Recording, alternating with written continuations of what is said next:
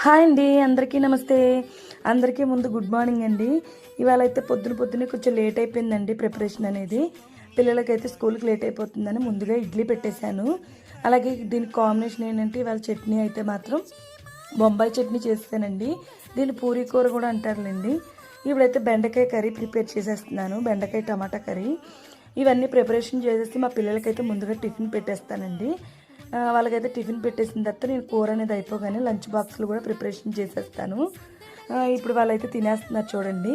Lunch బాక్సులు కూడా preparation చేస్తానండి. కర్రీ కూడా చెదిరేస్తే వాళ్ళు క్యారేజ్ బ్యాగ్లు అనేది పెట్టేసుకుంటారు.